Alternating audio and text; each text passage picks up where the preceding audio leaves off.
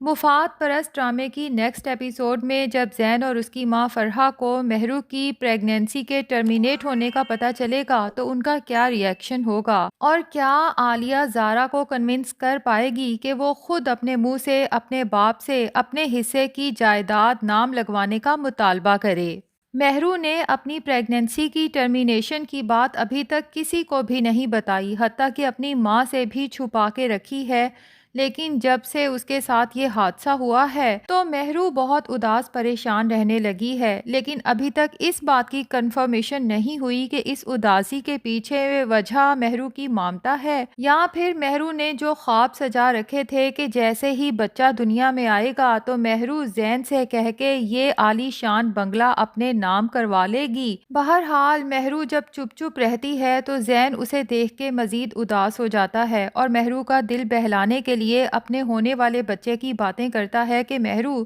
جب ہمارا بیبی دنیا میں آ جائے گا میں تو اس کے ساتھ بہت کھیلوں گا، پھر چاہے تم سارا دن باہر اکیلی گھومتی رہنا، میں تو بس اپنے بیبی کے ساتھ رہوں گا۔ زین کو بیبی کی باتیں کرتے دیکھ کر مہرو کی آنکھوں سے جو آنسو گرتے ہیں ان سے تو یہی اندازہ ہو رہا ہے کہ شاید بیبی کے جانے کا غم مہرو کو بھی ہے۔ بہرحال دوسری طرف اگر عالیہ کی بات کریں تو اسے بس ایک ہی فکر ہے کہ آخر عدیل اپنی اتنی بڑی جائیداد میں سے زارا کا حصہ کب اس کے نام لگائے گا اور کب عالیہ زارا سے وہ حصہ لوٹ کے اپنی زندگی عیش و عشرت سے گزارے گی۔ لیکن عالیہ جب بھی زارا سے اس کے حصے کی بات کرتی ہے تو زارا صاف کہتی ہے کہ خالہ، جب میں نے ان لوگوں سے کوئی رشتہ ہی نہیں رکھنا، جب اس آدمی کو جس نے آپ کی اتنی انسلٹ کی میں اپنا باپ ہی تسلیم نہیں کر رہی، تو پھر میرا اس کی دولت جائیداد سے کیا لینا دینا۔ عالیہ کو تو بہت غصہ آتا ہے کہ آخر اس زارا کو کس طرح سے کنونس کرے، کیونکہ عدیل نے عالیہ سے صاف کہا ہے کہ جس دن زارا خود آ کے مجھ سے اپنے حصے کا مطالبہ کرے گی اس دن میں اس کا حصہ اس کے نام لگا دوں گا۔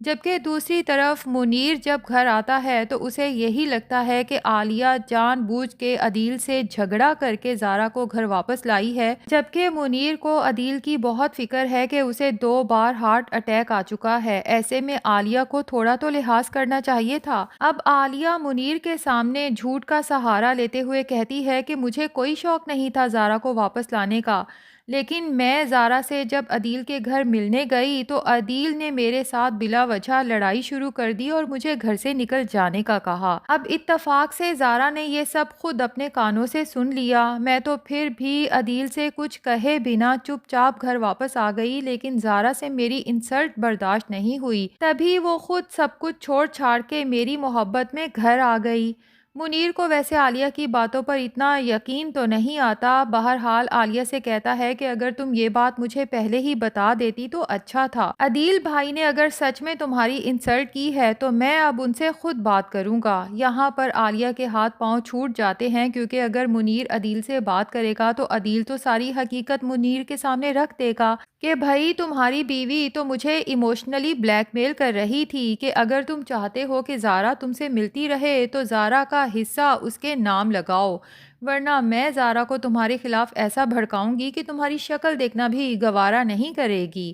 اب عالیہ منیر سے ہی کہتی ہے کہ بجائے اس کے کہ آپ عدیل سے بات کریں، میں تو کہتی ہوں آپ زارا کو سمجھائیں کہ وہ اپنے بیمار باپ کے پاس چلی جائے، اور یقین کریں منیر صاحب، عدیل نے چاہے میری انسلٹ کی ہے لیکن میں اتنی بھی خود غرض نہیں ہوں۔ میں تو خود چاہتی ہوں کہ زارا اپنے باپ کے مرنے سے پہلے چند دن اس کے ساتھ گزار لے۔ منیر حیرت زدہ تو ضرور ہوتا ہے کیونکہ وہ اپنی بیوی کی خصلت سے اچھی طرح واقف ہے۔ بہرحال وہ عالیہ سے کہتا ہے کہ میں خود زارا سے بات کروں گا، لیکن جب منیر زارا سے بات کرتا ہے تو زارا ہتھے سے اکھڑ جاتی ہے کہ خالو جان آپ کچھ بھی کہیں میں مان جاؤں گی، لیکن مجھے اس گھر میں واپس جانے کا نہ کہیں جس گھر سے میری خالہ بے عزت ہو کے نکلی ہو۔ بھلا میں اس گھر میں کیسے واپس جا سکتی ہوں؟ منیر زارا سے کہتا ہے کہ زارا بیٹا، کبھی کبھی آنکھوں سنا اور کانوں دیکھا بھی جھوٹ ہو سکتا ہے۔ یہ کہانی کا ایک پہلو ہے جو تم نے دیکھا، ہو سکتا ہے اس کہانی کا کوئی دوسرا پہلو بھی ہو جو تمہاری نظروں سے پوشیدہ ہو۔ اب یہاں پر زارا اس پہلو پر سچ میں غور و فکر کرتی ہے۔ ویسے زارا کی ایک بات مجھے سمجھ نہیں آئی، ویسے تو زارا بہت سمجھدار بنتی ہے اور اتنی کتابیں پڑھتی ہے، اور کتابیں پڑھنے والے انسانوں کو پڑھنا تو آ ہی جاتا ہے، لیکن زارا کو آج تک اپنی خالہ کی چالاکیوں کا پتہ ہی نہیں چل سکا۔ حیرت کی بات ہے۔ خیر جی، اب جب زارا دوبارہ انکار کرتی ہے اور منیر عالیہ سے آ کے کہتا ہے کہ بھئی زارا تو اپنے باپ کے پاس جانے کو تیار نہیں، تو عالیہ کو پھر سے فکر لاحق ہو جاتی ہے کہ اگر زارا وہاں نہ گئی اور میں نے زارا کو اس کا حصہ لینے کے لیے استعمال نہ کیا تو مجھے تو ساری زندگی اسی غربت کے ساتھ گزارنی پڑے گی، جو کہ عالیہ کو ہرگز گوارا نہیں۔ تو اب عالیہ اپنا نیا پلان بناتی ہے اور اگلے دن اٹھ کے سر پہ پٹی باندھ کے آنکھوں میں آنسو لیے زارا سے کہتی ہے کہ زارا میری بچی، میری بات سن، آج میں نے بہت ہی برا خواب دیکھا۔ تیری ماں عروسہ، میری بہن، میرے خواب میں آئی اور مجھے کہہ رہی تھی کہ عالیہ تو کیسی بہن ہے، تو نے ابھی تک میری بچی کو اس کے باپ سے اس کا حق نہیں دلوایا، میں تجھے قیامت کے روز معاف نہیں کروں گی۔ اور پھر زارا سے کہتی ہے کہ میں کیا کروں زارا، ایک طرف تیری ضد ہے کہ تو عدیل سے کچھ لینا نہیں چاہتی اور دوسری طرف میری بہن جو میرے خواب میں آ کے زاروں قطار رو رہی تھی، اس کی سنوں کہ تیری سنوں۔ اب میں تمہیں بار بار فورس بھی نہیں کر سکتی کہ عدیل سے اپنے حق کا مطالبہ کرو، تم تو مجھے ہی لالچی سمجھو گی نا۔ اور یہ تیر بالآخر عالیہ کا کام کر ہی جاتا ہے، جو سیدھا زارا کے دل پہ لگتا ہے، اور زارا کہتی ہے کہ خالہ آپ پریشان نہ ہوں، جو آپ کہتی ہیں وہی ہوگا۔ اگر میری ماں نے بھی آپ کے خواب میں آ کے یہی سب کہا ہے تو میں یہ سب کرنے کو تیار ہوں، عدیل صاحب سے اپنا حق مانگنے کو تیار ہوں۔ یہاں پر عالیہ کو لگے گا کہ شاید اس کی جیت ہو گئی، لیکن عالیہ کے ہاتھ ابھی بھی کچھ نہیں آنے والا ناظرین، کیونکہ زارا جب عدیل کی پراپرٹی میں سے اپنا حصہ اپنے نام لگوانے کی بات کرے گی تو عدیل کچھ ایسی شرائط کے ساتھ زارا کی تمام پراپرٹی اس کے نام لگائے گا کہ زارا یہ پراپرٹی آگے کسی کے نام نہیں لگا سکتی۔ جہاں عالیہ سوچے گی کہ چلو زارا میرے کنٹرول میں ہے، جو کچھ زارا کا ہے سمجھو میرا ہی ہے۔ اب یہاں پر عالیہ ایک اور چال بھی چلنے والی ہے، زارا کو ہادی کے خلاف کرنے کی کوشش کرے گی تاکہ زارا اس گھر سے کبھی کہیں جائے ہی نہ، اور یہ سب ہوگا جب وہی مریم جس کی ماں کا انتقال ہوا تھا تو منیر صاحب اور ہادی کی ماں اسے ساتھ ہی لے آئے تھے، اور اب وہ ہادی کے گھر رہتی ہے، تو عالیہ زارا اور ہادی کے درمیان مس انڈرسٹینڈنگز ڈیولپ کرنے کے لیے اسی مریم کا استعمال کرنے والی ہے۔ لیکن بہت جلد زارا کے ہاتھ اپنی ماں عروسہ کی ڈائری لگنے والی ہے،